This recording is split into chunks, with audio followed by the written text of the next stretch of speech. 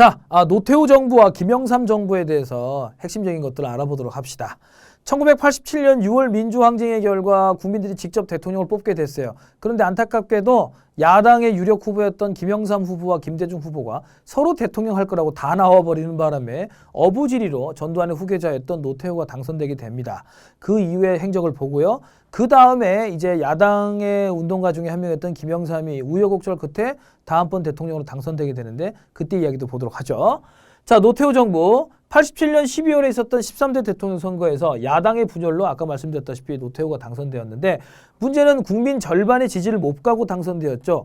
김영삼과 김대중의 표를 합치면요. 거의 70% 가까이 되었기 때문에 낙선자였던 두 명의 표가. 그래서 노태우 대통령은 정말 정치하기 힘들었을 거예요. 왜냐하면 88년 국회의원 선거에서 또 야당이 다수 의석을 차지하고 국회도 야당이 더 많고 지지율도 낮고 이러다 보니까 어떤 일이 벌어졌냐면 본인도 몸담았었던 전두환 정부인 50 청문회가 벌어지게 되고 이 결과 노태우는 인위적인 정계 개편을 시도하게 됩니다.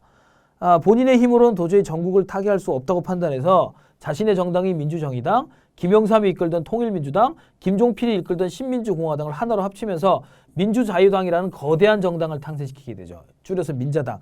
이게 나중에 신한국당, 한나라당, 새누리당이 되고 현재는 둘로 쪼개져서 자유한국당, 바른정당이 되게 된 것인데 이렇게 되겠고요. 3당 합당 하나 기억해 두시고 그 다음이 서울올림픽 개최하고 공산국 국가 수교하고 소련, 중국 등과 수교하고 남북한 유엔 동시 가입을 이뤄내는데 이런 공산주의 국가들이 주로 우리보다 북쪽에 있다 보니까 우리가 이것을 북방 외교라고 하고요.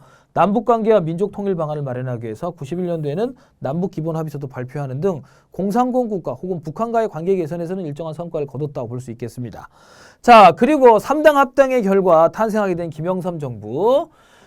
김영삼은 비록 3당 합당을 하긴 했습니다만 우리나라 오래간만에 5.16 이후에 오래간만에 민간인 출신 정부를 세웠기 때문에 우리가 문민정부로 이걸 높게 평가하고 있고요. 여러 가지 개혁을 단행합니다. 공직자 재산등록제, 금융실명제, 지방자치제 전면 실시. 여기는 제가 쓰지 않았습니다만 군대 내에 사조직이었던 전두환 노태우 세력이었던 한화의 숙청 같은 여러 가지 업적을 남깁니다. 하지만 안타깝게도 각종 대용 사고가 끊이지 않았고요. 성수대교 붕괴, 삼풍백화점 붕괴. 이거야 뭐 천재지변이라 한다 할지라도 그 전에 정권들이 세웠던 건물들이니까 이거요.